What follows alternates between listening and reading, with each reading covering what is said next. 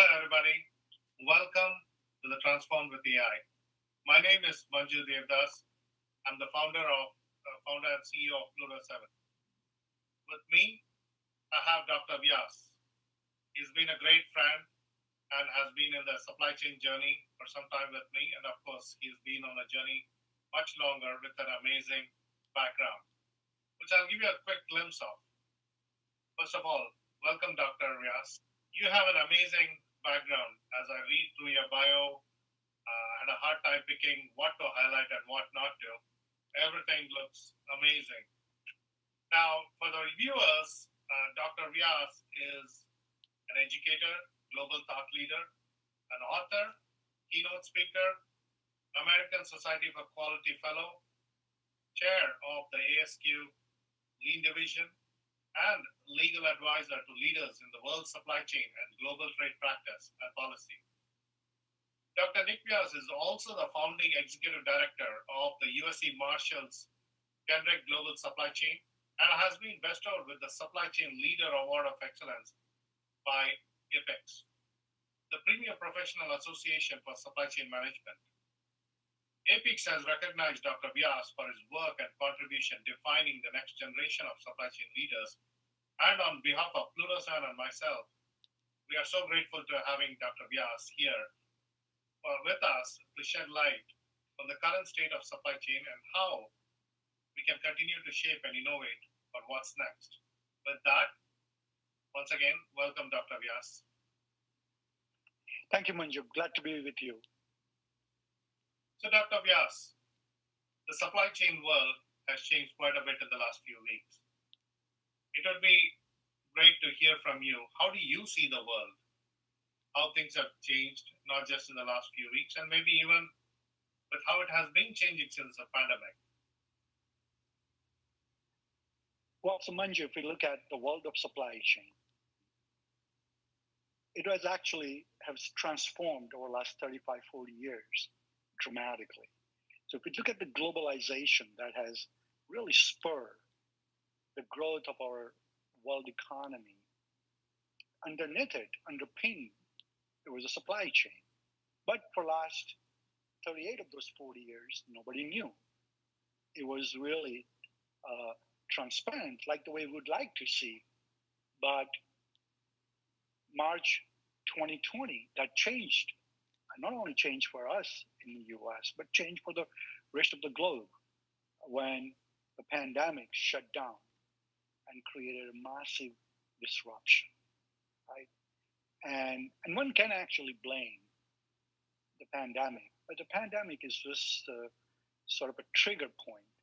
We had our structural deficiencies in supply chain for a long time. We just ignored it. We just hope that we never have to face that. So what that did basically is created this huge end-to-end disruption. So today, not only people don't know what supply chain is, people actually know at every level, from fifth graders, third graders, to the grandparents. They all know the reason something is not working in their lives is because something to do with supply chain. So we have come a full circle, not knowing anything about supply chain, to now everybody knows that there's something's wrong with the supply chain because they're not getting something that they want today. Thanks, Dr. Vyas. Now that's amazing how in such a short window we ended up educating the whole world in our own different ways, and everybody learned in the process of what supply chain fundamentals are. Now, as we work with many customers, Pluto 7 and some of our partners like Google, when we work with many enterprises, there is different levels of understanding of supply chain components, supply chain, how it's designed, what it was intended to design, to how it needs to be designed or redesigned for future. As we are discussing this with various enterprises, so they are bringing many aspects in terms of how should they think about the supply chain as they redesign. When they're talking about the redesign, they are constantly reading about the trade shifts. They're dealing with vendors and partners and how borders are affecting them. They're thinking about the security of the data transfers between environments and between geographic regions, how the data should be shared or exchanged. And then they're looking at the implications, obviously, to the physical world of the vendors and partners, ecosystem changing. When you look at all these things, what is your advice to the business leaders on how should they go about thinking about this over the coming years? Especially you have a view of dealing with all continents practically. And that's an interesting question, right? I mean, I've written and spoke about this subject substantially about what I consider the post-pandemic supply chain network design to be decoupling of supply chains without deglobalizations. Meaning, I want to make sure that we're clear that when we have these conversations about redesigning of supply chain, at no point the new network design should focus on localizing your supply chain for the sake of it and walking away from the globalization. So just that being said, I think under the decouplings of supply chain, I think what we're likely to see and what I'm hoping that the C-suites of these multinational companies will start to focus on it, that how do we design our supply chain network that provides multiple things at the same time. So let's talk about that. The last 40 years, most of the C-suite's focus on the supply chain was the cost. Get me the cheapest way to source something, get me the cheapest way for that to actually get to my customer and improve my margins. And we did really well. We really streamlined our supply chain network to accomplish that. However, if you think about it, we did not factor in other critical variables that we should be thinking about it. What are those variables? So let's talk about the first and foremost, resiliency or agility within the supply chain. So we talk often about the what if scenarios. What if natural disaster were to strike? What if the pandemic? So COVID is not a new news to the humanity. We have dealt with pandemic before. We just never took it seriously, right? You look at the geopolitical tension. You look at the natural disaster. All of these things has to be built into your network. And that's your resiliency or agility, right? But then on the other side of it is how do I actually tap into the data transparency and making sure my supply chains are transparent enough so that I am also delivering on sustainability. If we as a human species don't learn from last 2 years that the vulnerability that exists and structural deficiencies that exist in our supply chain network, I have news for you. That if we do not address the sustainability the same way that we need to address the resiliency and efficiency, we may come to the point where we have passed the threshold of returning back to the normal. And then the cost associated with the consequences of not taking care of our ecosystem, I think could be a huge loss to humanity, not only financially, I think, but its core existence could be challenged. Dr. Vyas, you highlighted some very, very key aspects here. Resiliency, sustainability, business continuity. These are, at least how I heard from enterprises, were concepts 2-3 years back. But everybody always has a business continuity plan. Now, those continuity plan is only based on how good is based on the history it's built on. Now, when you have less common historic events, then the continuity plan gets disrupted. One of the things that I'm seeing is while cost management and profitability is going to be an essential part for many companies, the sustainability is starting to rank higher, because it's not just about making sure you're doing the right thing for the customer, being compliant, also being building the right brand view when it comes to the customer. So these things are getting now interconnected and making them go back and look at these supply chain network designs and to be able to track the products from farm to plate or whatever those variations are. When you think about these and when you look at the challenges these executives face today, they still have to solve the very fundamental problems as they think about these designs. What is your view on how they should think about now with the new order of the world on how things are operating? How should they think different about demand sensing, demand forecasting, or even planning their supply? Yeah, so I think we post-pandemic world of supply chain. If I were to do the horizon scan, I think there are a couple of things that I see in short term, near term, and the long term, right? And if we look at it in each of those three categories, short term, I think there's instability, the instability that we see in geopolitical crisis between Ukraine and Russia, for example, and potentially even future events. I mean, the likely to pop up that could disrupt significantly. These are the elephants in the room that the executives simply cannot ignore. They have to address, right? I mean, there is a probabilistic model between China and Taiwan conflict or other geopolitical crises that could be boiling up somewhere. So how do you consider that as your strategic objective? Then you start to go into the near term, where digitization of our supply chain. Listen, the pandemic did not slow down digital transformation. If anything, it actually accelerated. Humanity has adopted the digital platform as a means of life.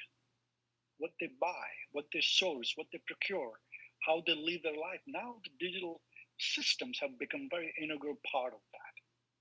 And this trend will continue. So the evolution we see in the digital frontiers are accelerating at a rapid rate, right? And that's not going away, right? And all while you're now dealing with these what-if scenarios and resiliencies in the short term, digitization in the near term, long term, if I were to look at it, is that if you have the leadership running the company that just wishes that these things that I just spoke about just goes away and fades away in a backdrop, I have news for them. The day will have a rude awakening. They will be destroyed by the market forces much faster than the historical trend of companies going out of business. So I think if there is such thing as a wake-up call, I think wake-up call has gone up about 18 to 20 months ago, and now it's about ongoing reminder. I'm continuing to write and speak about this issue and trying to bring this awareness that these are the forces to be reckoned with, and those they'll embrace and take this bull by the horn will actually be the warriors and champions of the future supply chain. Dr. Vyas, I had the pleasure and honor of having the conversation at the very beginning of the pandemic. I don't know if you can call it very beginning, March of 2020, where at that time you mentioned about the bullwhip effect and you said what could happen. And now, like you said, you gave the signal of the wake-up call 2 years back, and then we saw it happen. Now, as I myself work with many enterprises and on the spectrum of Fortune 500 companies, there's a small subset who saw the wake-up call early on and they started acting on it much before many others. And now there's a lot more of them acting on it. Right now, the common themes that we hear today are the following. Right, in the context of digital transformation, it's not just the digital aspect of it, even the physical transformations are happening, how they're thinking about the DCs, the transportations, the labor force, and all of those things. But when you look at digital transformation, you have been both on the enterprise side and the academic side, and also you have advised governments in multiple regions. As you look at these transformation, where the rubber is hitting the road as we talk to customers now is, you touched upon this a little bit. There's a strategic plan and there's a tactical plan. And as you look at the strategic and tactical plan, the executives are now battling with, they have different systems, they have different processes for plan, make, source, deliver. They sometimes are disconnected between the strategic and execution. In this digital transformation, as they think about the network that you mentioned, they're thinking about how can I collapse these things together. They anchor to concepts like digital twin and many such control towers or command centers. At the end of the day, it's like, tell me what's happening in the physical world faster, better, and guide me because I run out of capacity in my head to make all the exception decisions. What's your advice to the executives in this capacity who are battling with all these things? Well, I think when we talk about the digital transformation, we have to understand emerging technologies within that space, right? So you look at the AI, the role of AI, you look at the role of machine learning, you look at the role of distributed ledger capabilities to the use of blockchain, right? So if you think about these things individually, they're gigantic forces. But when you couple all of these things together and you start to look at it from end-to-end supply chain, all of a sudden it provides you an incredible opportunity to transform the supply chain. Remember, the supply chains are traditionally laden with incredible amount of friction, inefficiencies, right? But 4 years ago, when I did the study, I concluded that about 35% of our cost in supply chain is actually attributed to the inefficiencies and frictions within the supply chain. Now, you think about this is a multi-trillion-dollar industry, and if you're laden with 35% of inefficiencies and friction, how much resources you're wasting, right? And I'm not even going into the frontier of calculating the carbon footprints and impact on the environment and those things, because if you add those things, I would even venture to say that it's over 50%. But just start with the smaller number of 35%. How do we try to focus and try to tap into this capability, right, where we have these enormous data sets that exist in this physical world, right? Things are being populated with trillions and trillions of bits of data. How do I take that information, normalize it, and actually draw some insight into it, either predictive or prescriptive, and make my business decision, right? If I start with that, I can actually even embrace the future where I don't even have to make smaller decisions. I can actually model it and allow those models to make some of those basic decisions, and all I do is manage the exception. So if you, for example, let me give you a very specific example of what do I mean by that. This Ukraine and Russia conflict, right? If you think about the food supply chain, right, between the wheat, maize, sunflower oils, and some of the key commodities, between those two countries, it's over 25% on average in all of those subsequent categories. There was a data in a physical world. You can model the probability of this dispute either escalating into the war like it did, or escalating but not actually in a full-fledged war, or not actually escalating at all. And through those data points, the algorithms could have helped you using AI, ML, and the capabilities that it has today to guide you and say, hey, we need to circumvent some of the things, or we need to have what-if scenarios played out, or we need to reduce the risk in this area and reshuffle our supply chain network. So the idea here, Manju, is what I'm thinking that there's so much intelligence exists in technological capabilities. It is going to be very crucial for the executives to start to understand, get familiarized with it, right? And you don't have to be the coder or the programmer or the chief data scientist. Surround yourself with those intelligent people, partners like yourself, and let's make the right decisions. Let's use this data. Let's use this digital world of ours and try to bridge the gap between the physical reality and the digital capability and run your enterprises so they're intelligent enterprises. They're not physical process driven, albeit everything is physically managed. But how do we bring the intelligence on the top layer and draw those insights so that you are much better positioned to reduce some of the disruptions that we've faced? Thanks for demystifying many of the concepts that many times when I hear in the market, the way the market hype sometimes is AI is magical. It's none of those, but it's really what you mentioned, which is the reducing the exceptions. We are putting the burden on humans. We optimize the supply chain with brilliant concepts like lean, which have evolved over decades, and they will continue to serve its purpose.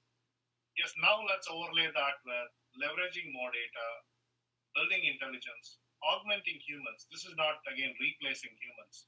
Humans are making more and more exception decisions when these scenarios that you just described, whether it's the Ukraine scenario or the COVID scenario or many other possible scenarios, like you said, disruptions will happen.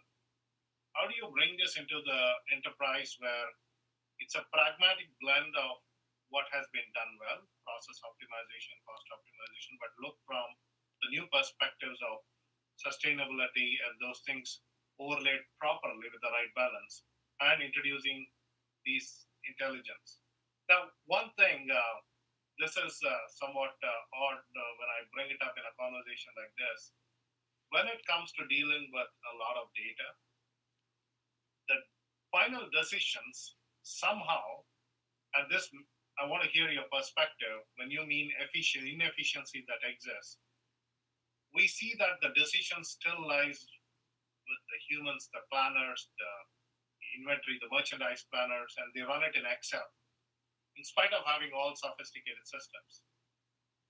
Do you have an advice on how to handle change management to take them to the new world? Right. When I say change management, is your organization has been doing a lot of it, right? As the students that come out of USC have a very good blend of supply chain and this new tech that you spoke about. How do enterprises deal with change management, taking their employees to the next level? Well, I think we talked about the evolution and the speed of evolution. So it's not just in the physical and digital world this evolution needs to happen, but in human capital, right? If you are not accelerating that talent management part of your business, where you either internally or through partnering with institutes like ourselves, upgrading the human capability matrix, providing those additional skills that are essential for them to understand the changing world and the forces that we have to be reckoned with, it will be disaster. Because at the end of the day, people drive the company. Culture drives the company. Knowledge drives the company. So if you do not update, and I'm not talking about updating by just getting a master's degree or PhD. I'm talking about a continuous learning environment within your company, understanding and embracing what are the new trends, micro, macro trends that everybody should be aware of it. Not making them specialized in any one given area, but at least giving them a sense of understanding of how confluence of all of these forces can impact their lives and lives of the companies and the stakeholder and shareholder. It'd be a huge deficit. So my recommendation would be, we are training the next generation's leader at USC in my program, Masters of Science in Global Supply Chain Management. But I have 125 batch of students. The cohort is 125. Supply chain industry has a deficit, net deficit for the last 10 years. We need everyone to really focus on upgrading, upskilling the human talent. So I hope that smaller, partnering with us, for example, and just having once a 6 months a small 8 hour seminar, or break that into 2 4 hour seminar once a year, but going over the very conversations you and I are having, make that available to your senior frontline leaderships, middle management, so that they are also updated and they're aware of the surrounding ecosystem's impact on their businesses. Dr. Vyas, I'm sure a lot of the enterprises who are listening to this would love to leverage that. I'm myself very aware of the studies that you have done as a part of your doctorate in terms of the learning experience evolution and how it's benefited not only your students and maybe some of this you're reflecting in your books that you have written as well and helping multiple, advising many countries. To the audience, I would suggest you take a look at some of Dr. Vyas's work and take some of your learnings and reach out to him as well. With that, Dr. Vyas, is there anything you want to conclude as a part of this conversation, as a takeaway for our audience? Well, Manju, I think I want to thank you, first of all, to inviting me to this amazing conversation. I think you're doing some incredible work in terms of the transformation and providing that solutions. I think will be very useful for the enterprises. So keep up the good work. It was great to be with you. And to my audience, look forward to staying in touch. I obviously follow me on LinkedIn or reach me out if I can be of any help. Right. We'll be sharing the tags and hashtags for USC and Dr. Vyas in the last slide. Look out for that. And Dr. Vyas, thank you for your time again. It's a pleasure and honor to have you on our session. Thank you.